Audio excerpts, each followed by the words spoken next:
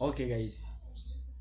Kuna maneno kadhaa nataji kuyaweka sawa, mambo kidogo machache sana kuhusiana na fursa ambazo zimekuwa zikitokea kwa baadhi ya watu na kuzichukulia kama vile zinakuja kuwapotezea muda au kwa namna moja ama nyingine wanakwama. Unaona? Kuna makundi kadhaa, almost makundi mawili ya watu. Makundi haya, kuna mtu ambaye yupo kwa ajili ya kupatia fursa, alafu kuna mwingine yupo kwa ajili ya kuprove hiyo fursa kama ni sahihi au sio sahihi. Na hao watu wanatokea tu ni kwa sababu yako wewe ndio unaowatengeneza. Kumbuka kuna mtu wa kwanza atakuja kwa kukujulisha fursa au ushauri kama kuna jambo fulani ndugu yangu au rafiki yangu anataka kukushirikisha. Unaona? Sasa inabaki ni juu yako kulikubali au kutokulikubali.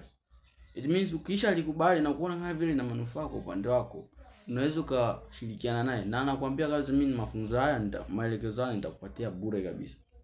Doesn't matter how much you're going to pay, but itakuelekeza kila kitu free kabisa. Umeona? Changamoto hii hapa inawarudisha baadhi ya watu nyuma na kujikuta wanapoteza maelekezo mengi sana. Haijalishi wewe hapo umetumia nguvu kiasi gani kuspendi, umezitumia kwa namna gani utafuta fursa ya kibiashara zaidi. Kuna mtu mwingine ana mtaji but hana ushauri kuhusiana na mifumo iliyoko bora yenye kuweza kumsaidia na kumtoa hapo alipo kumpushi kwenda juu zaidi. Okay? Anyways, hebu imagine mtu fulani amekuelekeza fursa moja ambayo ni ya muhimu sana yenye mahitaji au manufaa kuliko ile kazi ulikuwa ukiifanya, alafu unatoka hapo unaenda kumuulizia mtu mwingine ambaye hana uelewa na fursa hiyo, na mwisho wa siku anakuambia tu, ndugu yangu, sasa hivi matapeli ni wengi.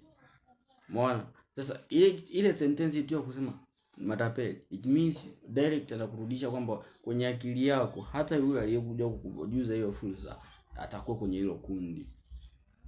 Haijalishi kama huyu mtu amefikiria wapi, yani yeye from nowhere tukakwambia hiyo kauli. Is better hata yani afadhali hata mtu yule mtu ambaye anakuambia kwamba kuwa makini kuliko yule mtu ambaye ana confirm moja kwa moja kitu ambacho hana uelewa nacho kabisa. Hii dunia brother au my sister, kuna watu kadhaa wachache sana wanaopenda maendeleo yako. Na mtu yeyote yule anayependa maendeleo yako ni yule ambaye anakufundisha namna ya kufanikiwa. Anayependa mafanikio yako siku zote ni yule anayekuelekeza tu na sio mwingine. Sio baba, sio mama, sio jirani wala rafiki. Yule mtu ambaye anatumia muda wake, mali yake au hata rasilimali zake kusimamia wewe ufanikiwe, huyo ndo anayependa mafanikio yako.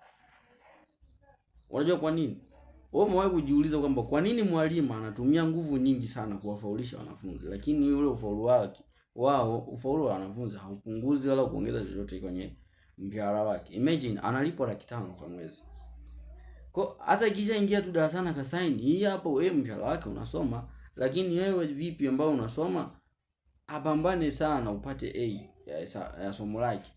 Atajifeel proud, atafurahia mafanikio yako. Vivyo hivyo hata ule mtu ambaye anakusimamia katika biashara, siku zote anakupa directives za kufikisha pale ambapo unapotaka wewe.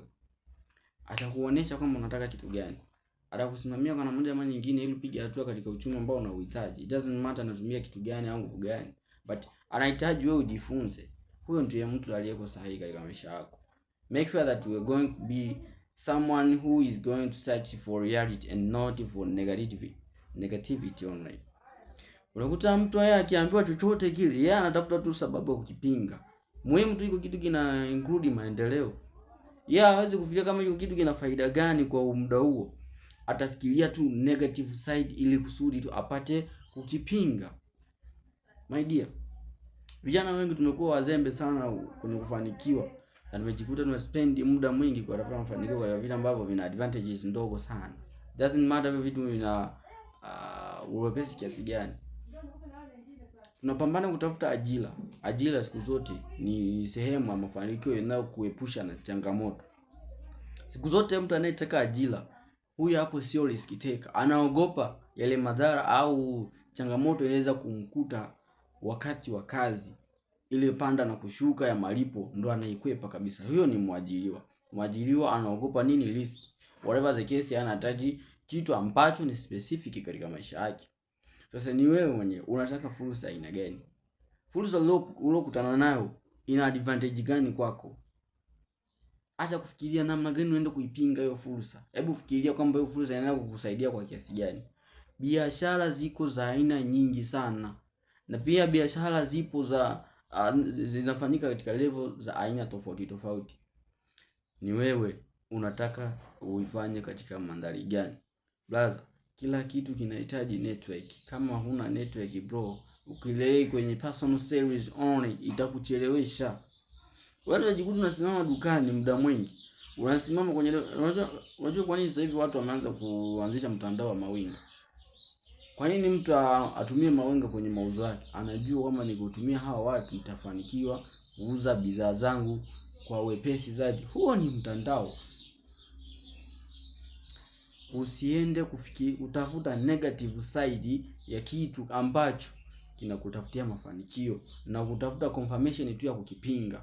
Angalia ni namna gani unaenda kujikwamua mwenyewe, kwa sababu yule mtu ambaye amekujulisha fursa, wewe huwezi jua amelenga kitu gani kwako.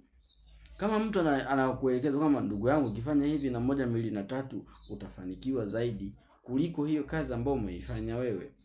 Unafanya kazi ambayo inakupatia 200,000. Yeye anakuja na fursa kama bro, you can make more than 500,000 kwa mwezi, 600,000, 700 na kuendelea, au kulingana tu na utendaji kazi wa majukumu yako mwenyewe.